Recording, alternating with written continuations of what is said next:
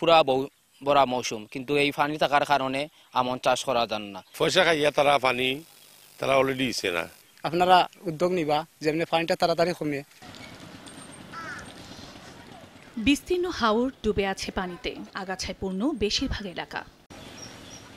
বন্যার পানি এখনো নেমে যায়নি মৌলভীবাজারের হাওড় অঞ্চলে। তার উপর জুলাই ও চলতি মাসের প্রথম সপ্তাহের বৃষ্টিতে পানি আরও বাড়ে। রোপা আমন রোপণ মৌসুম চললেও জলাবদ্ধতার কারণে অনিশ্চিত হয়ে পড়েছে চাষাবাদ। কৃষি বিভাগের হিসাবে হাকালুকি হাওরে 2500, কাওয়াদেঘি হাওরে 2000 এবং হাইল হাওরে প্রায় 1000 হেক্টর আমন আবাদ উপযোগী জমি পানিতে তলিয়ে আছে।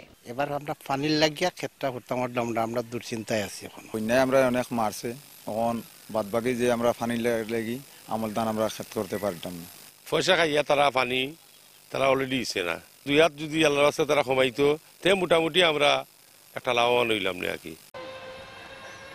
পানি নিষ্কাশনের জন্য পাম্প হাউস থাকলেও বিদ্যুৎ স্বল্পতায় তা চলছে না বলে জানায় পানি উন্নয়ন বোর্ড। আর কৃষি বিভাগ বলছে পানি সরে গেলে নাবি জাতের ধান চাষের পরামর্শ দেওয়া হচ্ছে কৃষকদের।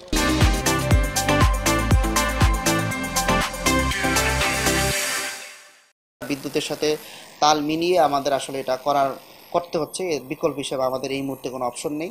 তবে এটা নিয়ে আমরা ঊর্ধ্বতন কর্তৃপক্ষ, বিশেষ করে বিদ্যুৎ উন্নয়ন বোর্ডের ঊর্ধ্বতন স্যারদেরকে এবং আমাদের পানি উন্নয়ন বোর্ডের ঊর্ধ্বতন অফিসারদেরকে আমরা বিষয়টা অবগত করেছি। আমাদের কিছু লেট ভ্যারাইটি আছে, বৃদান 22, 23, 46, ওই সমস্ত জাতগুলির বীজতলা তৈরি করে ওই সমস্ত লেট ভ্যারাইটি রোপণ করার জন্য। কৃষি বিভাগের তথ্য মতে চলতি বছর মৌলভীবাজারে 1,01,000 হেক্টর জমিতে রোপা আমন চাষের লক্ষ্যমাত্রা নির্ধারণ করা হয়েছে। সময় সংবাদ, মৌলভীবাজার।